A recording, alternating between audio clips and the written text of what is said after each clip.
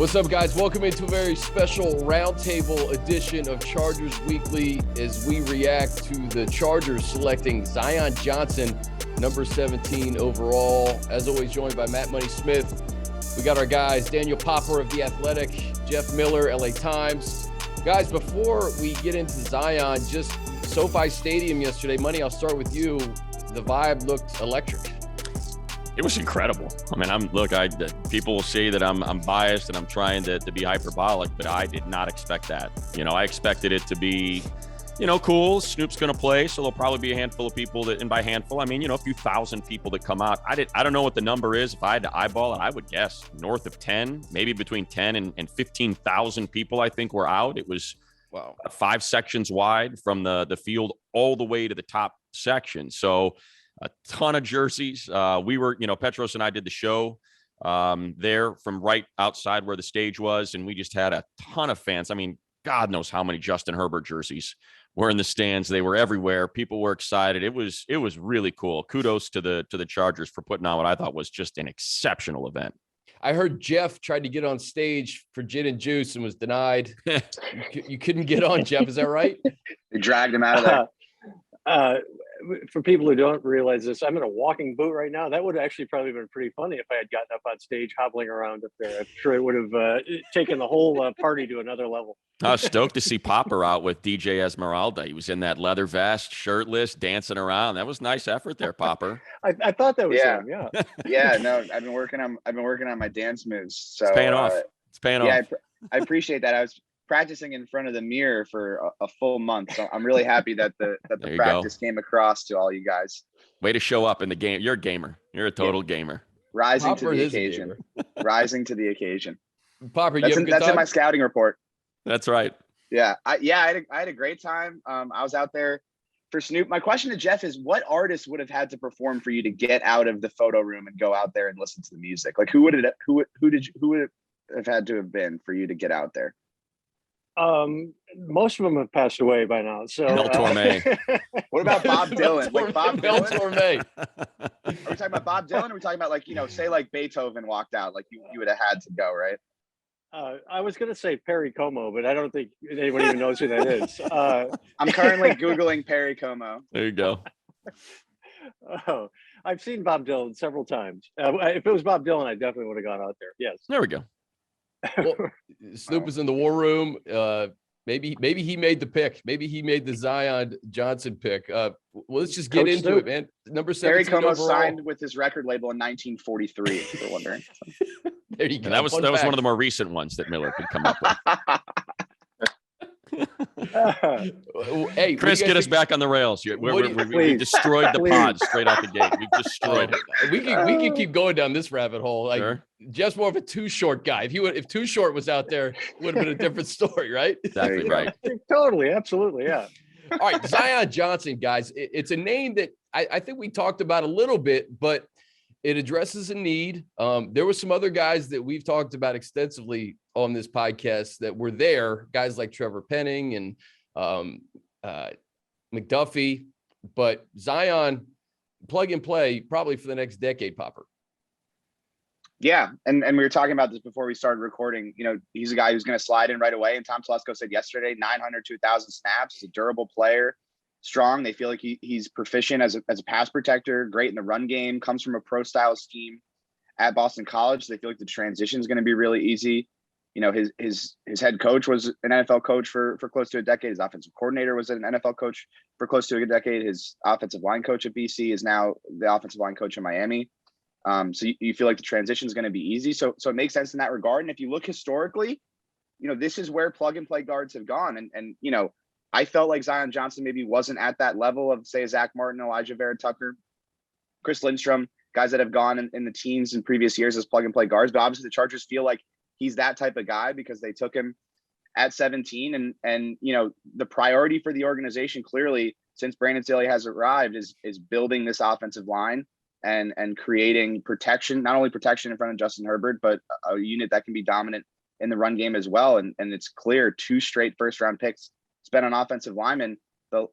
Before Brandon Staley arrived, the last time the Chargers had spent a first-round pick on offensive lineman was DJ Fluker in 2013. So it's a clear shift in philosophy, and I can't knock that strategy, because you have to develop your offensive line. The only way to do that is to invest in it with high picks. And it's exactly what the Saints have always done. And that's no coincidence either that Joe Lombardi comes over here and Brandon Staley, a guy who's always admired what Sean Payton did in New Orleans before, he retired. They invest in their offensive line, whether it's Ryan Ramczyk, whether it's, Cesar Ruiz, Andres Pete, all first-round picks. Teron Armstead was a third-round pick. So this is how he wants to build the team. And I can't knock him for going out there and drafting an offensive lineman who's going to be able to play right away, keep Justin Herbert protected, and improve the run game. Jeff, 4 years ago, they draft Derwin James. He makes an immediate impact. And, there's still, we got 9 more picks to go. But you're looking for guys outside of the Khalil Macks and the JC Jacksons and all the other guys they got on defense to make that immediate contribution. And I feel like this is a guy you're not going to have to wait on. You're going to get that production right off the rip starting in week 1. Oh, absolutely. I mean, Tom Telesco said it last night. I mean, he's the starter. There's no, I mean, it's just like Rashawn last year, Rashawn Slater. He's the starter. He arrives as the starting right guard. And unless something goes horribly wrong, he's not going to be budged from that spot. And when the GM, especially Tom Telesco, who is openly saying this guy is going to play 900 to 1,000 snaps if he does what we expect him to do, you can't get more of a ringing endorsement for a rookie than that. I mean, this is an hour after they picked him, so they obviously believe in this guy. I think part of it might be, Pop makes a good point about, he may not have the projection right now of some of these other guards that have gone in that part of the draft, but he's a late bloomer, as we've heard, right? He only played 2 years of high school football and really came on at Boston College. So I think the Chargers probably view him as, his ceiling is still quite a ways up there. And I think they realize you get around, NFL coaching 24/7 and around NFL players 24/7, and now he's going to be working right next to Corey Linsley, and we all know what Corey does and what he brings and his reputation. I think they probably look at it and say, man, this guy, as good as he is right now, as quickly as he's climbed to this point, if he can make another jump like that in the next year or two, I mean, they might have their right guard for the next decade. Money, we talked to Dane about Zion. He was Dane's top guard, and just the durability. I think he played 58 games in college. He didn't miss a game, had a bunch of starts at BC, and he was a 0-star recruit coming out of high school, Riverdale Baptist. So, I mean, the fact that this guy's only played a couple of years of high school, college ball, that ceiling is high, but we also hear the term high floor, right, Money? And that's kind of, I think, what we're getting here with Zion. Yeah, there's a few things that I think we can revisit, from we've been doing this every week, through the whole draft process. And I think, there's a number of boxes that were checked. No matter where you pick, you can't afford to miss on your first rounder. And I think more and more teams you're starting to see, and look, you didn't see it with the Jags, and that's why I think they're taking some incoming, but play it a little bit more safe and feel like, what, I'm fine taking a double. I'm totally fine with that. I'll take 6 yards on first down with my first round pick instead of trying to get 15 and, maybe having an incompletion and facing 2nd and 10, to use a football analogy instead of baseball. So that checks one box. This is one of the safest, cleanest players in the draft. 2, we talked about at 17, and obviously the board fell differently. So there were a lot of the players we talked about. We said, hey, look, if one of the 3 corners isn't available, if the 4 tackles are gone, if the 5 receivers are gone, this is, and you alluded to it, Pop, this is where the guard gets picked. This is where the top interior lineman gets picked, whether it's Andrews or Martin or any of those guys. You typically see it between 15 and 20 because kind of the top tier of those different, prime positions, offensive tackle, wide receiver, defensive end, they tend to be gone. And so if you want elite, you get elite at maybe a 2nd tier position. So that comes into play. And then I just kind of think about all the games I've called. This will be my 6th year calling games for the Chargers. And I think about what's given them the most trouble. And it's always been stout interior line. When the Chargers have played teams that have had center 2 guards, it's always been a little bit tougher for Joey to get to the court. It doesn't sound right because the tackles are bad, but they're allowed to help and push out. And I just think about those Raider games when they had Incognito and Jackson and Hudson and just sort of the struggles and how that pocket stayed clean for Carr to just kind of get those quick completions off and move an offense. So when you now think about Filer, Linsley, and Johnson, I mean, that's pretty damn exciting to know. And then you got Slater on one side. you can cover up one side. You need to get at least something that's not league average, but at least not a giant liability. And I know that's something that we're going to get to, but I'm fine with the pick. No question about it, because of what it does for that pocket, to keep the pocket intact with those three guys. Man, that's impressive for Justin Herbert.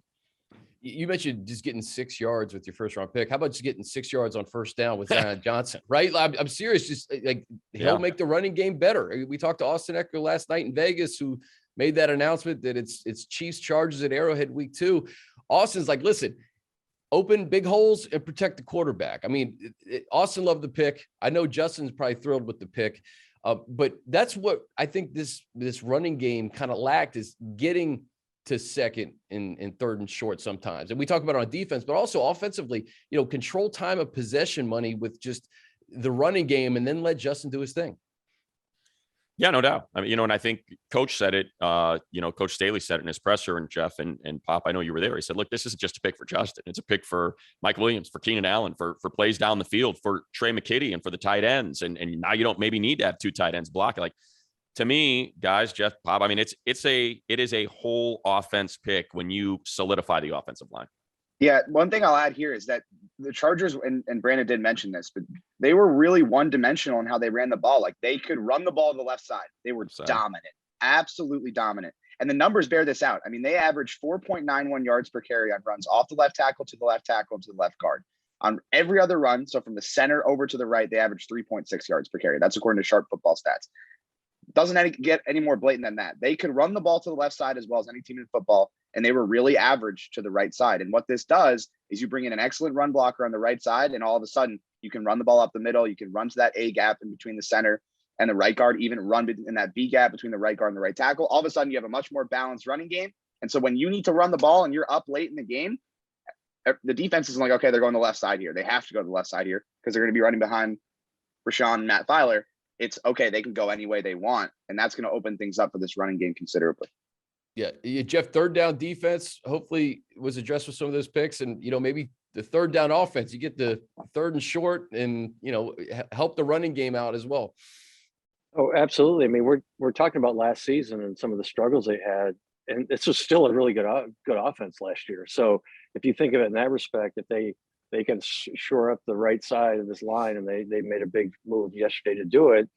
What does that mean for Justin Herbert and all his weapons? I mean, it's if you're a fan of this team, Tom Telesco said it last night, it's not the sexiest pick to take a guard, but go on social media and try to find Charger fans complaining about this pick. Everybody seems to be on board. I mean, the consensus is this is a great pick, and all the NFL insider types are applauding it and saying this is a great pick. So I think I guess if you're going to be concerned about anything, it's just the fact that everybody seems to be, this seems to be a great pick by almost every measure. And somehow a lot of these sometimes these things that seem so great don't work out. But other than the fact that, other than that and just fearing the worst, I don't know. This seems like a great pick, and I get why everybody is excited about it. I would just add to Pop, I would add to your point, just think about one of the more enduring images that we have from last season. And in a game win and you're in, and you go to a place where you hung 44 and won by, doubled, 20 points in Cincinnati in the first round of the playoffs. What's one of the pivotal plays of that game? Austin Eckler, 4th and 1. What do? They try to run behind the left side, and the Raiders were just waiting for it, collapse that side. Well, when you have a 2-way go, then, now they can. And if you go back and look at that play, I mean, they are just stacked so heavy on that left side because they knew it was coming there. Well, now, if you feel a lot better about running that way, they can't do that. The defense has to be more balanced. Yeah, exactly. That's a great point. Guys, take 17 out of it. Money, we've talked about these prospects ad nauseum for the last 2 months. What did you make of the first round and everything that happened in it? Well, just as we did, I do the post for NFL, the YouTube channel and .com. And so I think the theme of our round 1 wrap show was chaos. And it was just the thing that was so strange.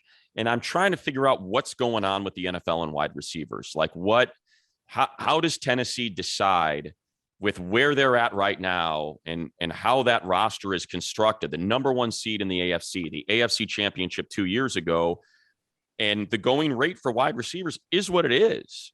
I mean, I'm sorry, but AJ Brown, does he have some issues? Sure. But I mean, what the market is. I don't I can't figure out how that move makes sense for them. It just doesn't. I can't do the calculus for that. The same thing. And then in the meantime, Debo's not happy. He stays in San Francisco. That's the hard part to reconcile. And I think you saw both sides of it, right, Jeff and Pop? You saw teams trading way up to get wide receivers because they don't want to pay guys $28 million a year like the Raiders did Devontae Adams. And then you see teams trading their wide receivers because they don't want to pay him either. And it's a very weird moment in time in what is a pass-heavy league where you feel like you need to have a dominant receiver to make any hay, to go with your good quarterback. And, I think to me, that was sort of the centerpiece of what happened in the first round, was the way wide receivers were traded before the draft, during the draft, and then where they were drafted. Yeah. I mean, just look at what the Lions gave up to go get a player who might not be ready till October.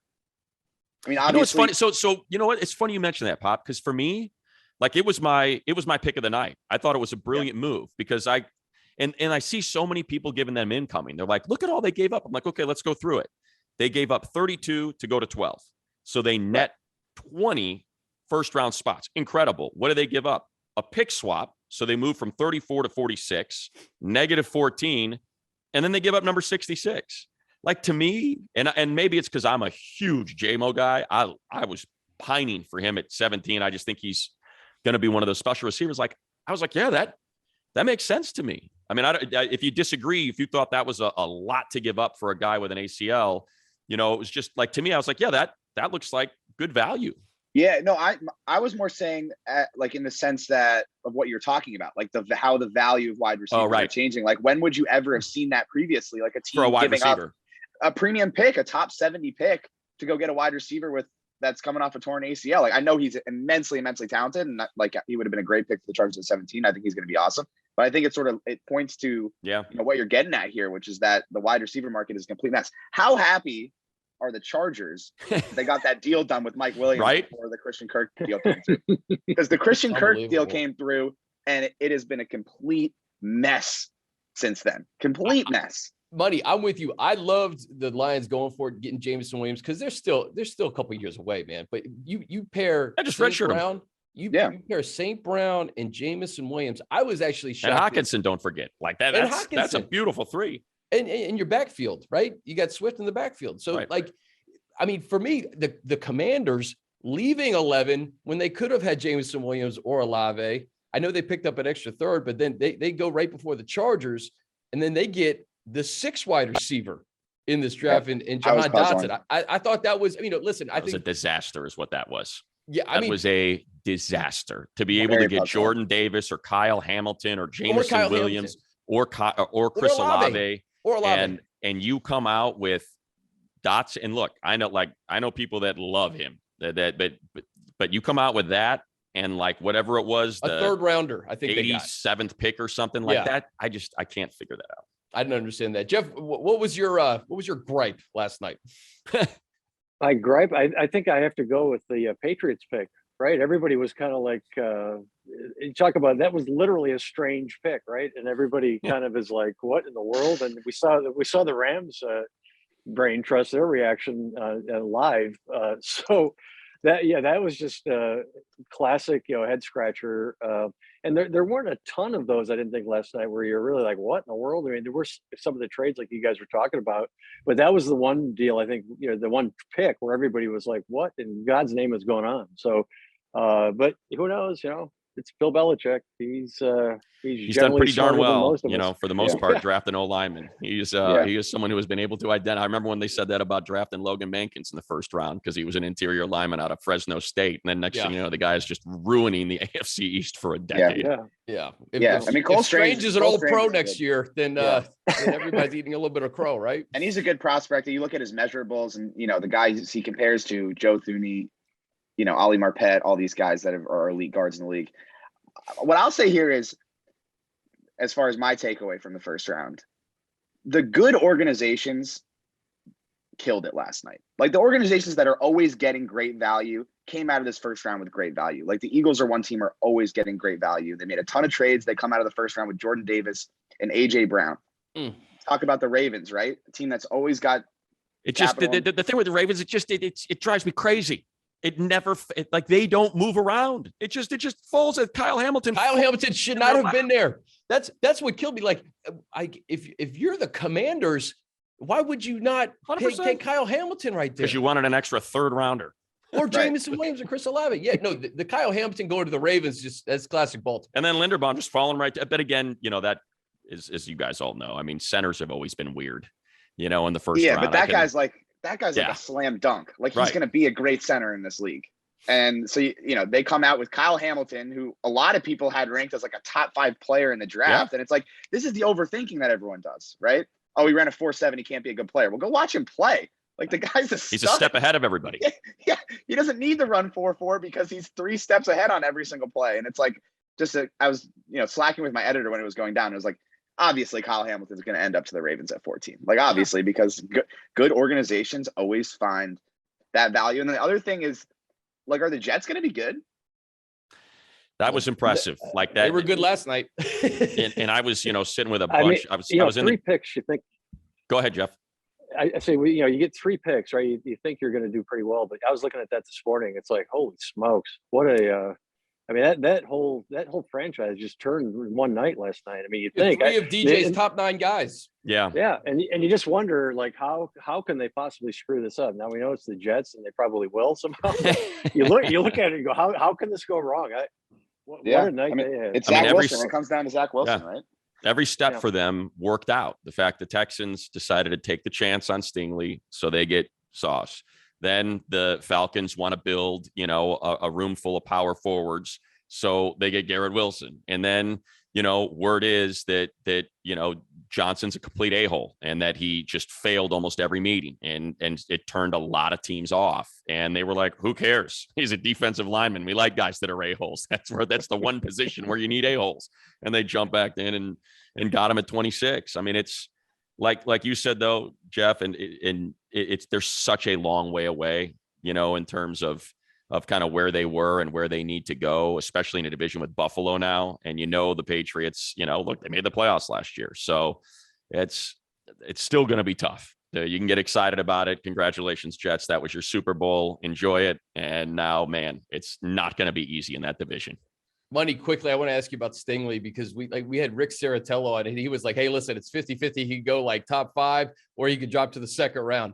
Number 3 overall. We had this Derek Stingley dream at 17, like he was going to fall like Derwin fell 4 years ago. That was not the case. No, we said when we saw the pro day, we were like, look, that's it. Because either A, he's going top 5, or B, he's going to flunk a bunch of medicals and you're just going to take a risk and hope that he's okay. Because, your doctors are like, well, hey, I guess you can roll the dice if you want, because that's the only way he makes it to 17. I do the post show with Lance Erline, who's in Houston. And he said he was all over that about a month ago, that the Texans were just beyond enamored with that guy and what they think he could be. All right, guys, final thing. Let's just go around the horn here. I don't want to date the podcast too much, but hey, listen, 9 more picks. What do you expect the Chargers to address over these next 2 days, Jeff?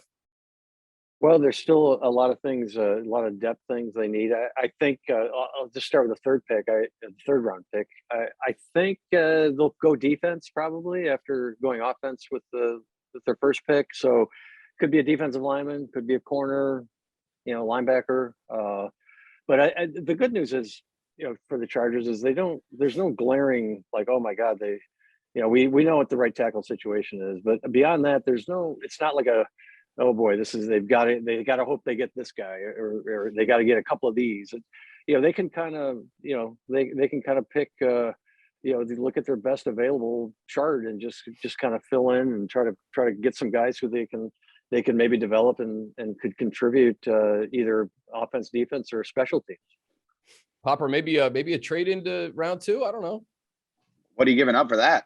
I don't know. Your third and your fourth, I would imagine. There's not a lot of doesn't seem likely, but Yeah, I think you get future pick or the 3rd and 4th this year, which wouldn't align to me with how Tom Telesco usually does business. But I think like 79, I'm thinking edge or corner. We were talking about before we started recording, like they need one more piece at corner to really fill out this depth, because they're an injury away from Tavon Campbell, starting football games, and we all saw, how that went last year.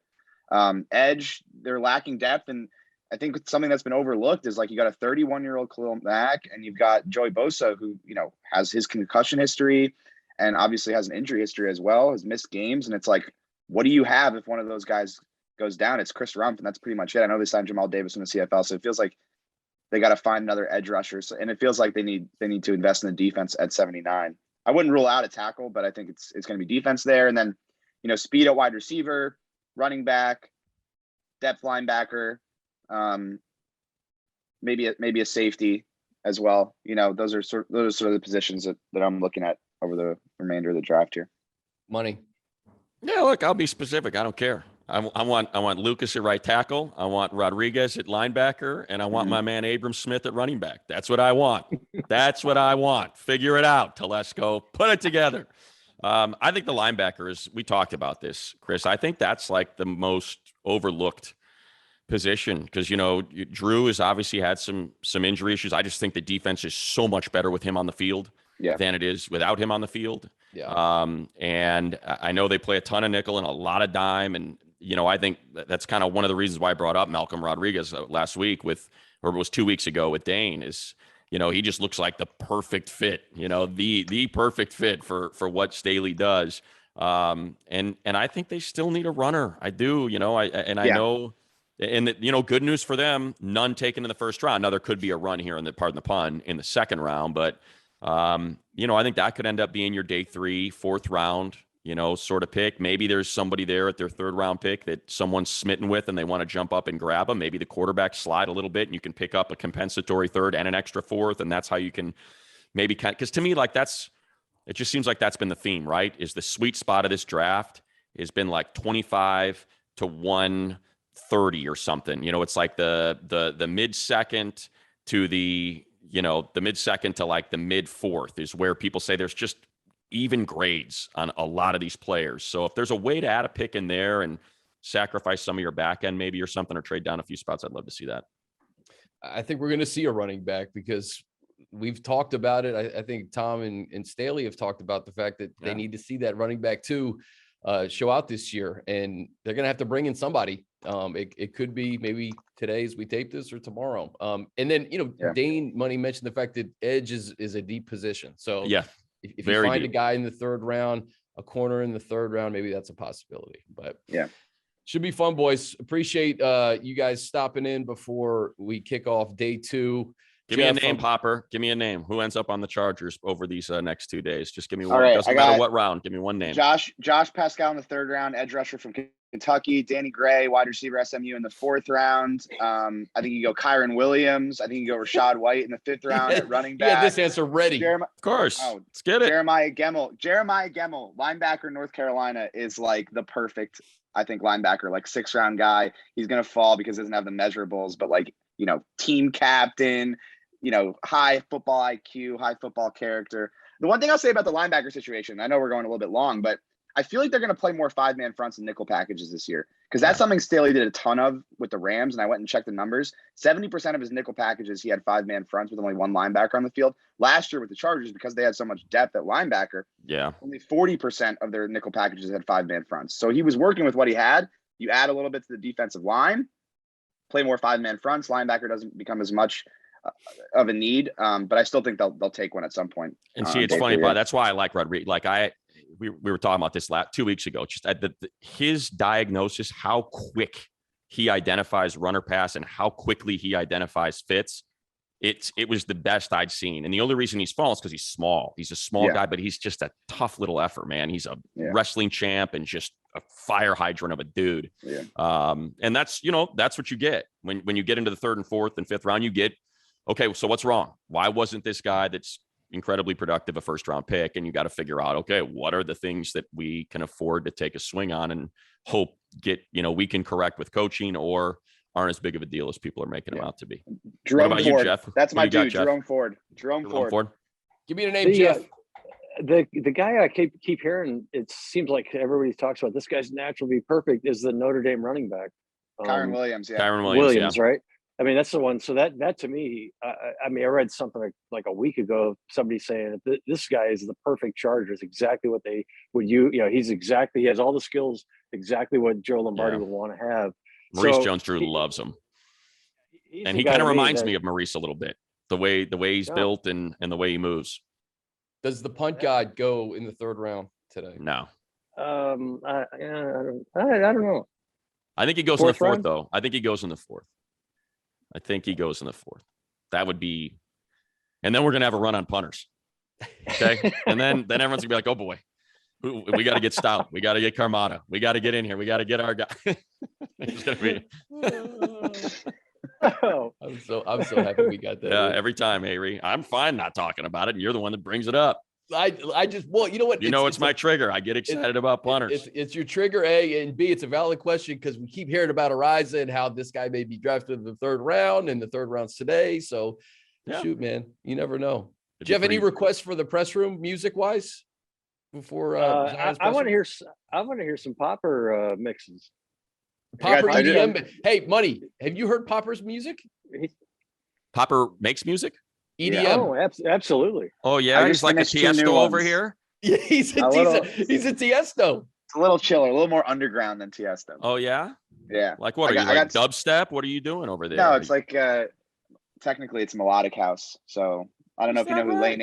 I don't know if you know who Lane 8 is, but that's sort of the vibe. You know, I used to be in the EDM world. DP. Oh, yeah? Yes. The first artist I ever picked up when I got a job in the record business was Goldie. I had to pick up Goldie from the airport and take him to the Palace for a Halloween show. That's awesome. And I won't tell you what I had to do on the way there in order to get him to perform. It was something I had to do personally. It was something I had to acquire in order for him to hit the stage. But yeah, I toured with Orbital. I rolled with Tricky for a while. So yeah, dude, Very back cool. in the day, I used to have to get out my pacifier and glow sticks and freaking follow Rabbit in the Moon. Can There you go. Well, hey, come put Popper on? to the media room Popper today. on? Right? Put him on, Money. Exactly. Let's go. Get you. Dude, I had 2 12s and a Vestax. I took my stab at it. It ended horribly. Yeah. I got 2 new ones I finished up. Is that right? Yeah. Send it over. Yeah. All right. I'll send it over. All right. Hear it. Sounds good. Maybe it'll be our Chargers Weekly theme music this year. That's a good call. Yeah. That's Yeah, a great call. Draft Fest 2023. Daniel Popper. Kidding me? I'll be there. I practice. My buddy's got Pioneer CDJs, so I get on there about once a week. Get a little 3-hour mix in. Oh yeah, I'm all in. That's the dream right there. Now that's the best part of the pod. I had no freaking idea that when Popper gets home and he logs off all of his computers, he throws on a Speedo, a cape, some like swimming goggles, and just. These are the glasses I wear to Coachella. Man. There it is, man. Look at that. Oh my God. Now we're gonna end up punters. We end on Popper EDM. All right. Check out the SoundCloud. I love it. Check Popper's SoundCloud. This has been Chargers Weekly.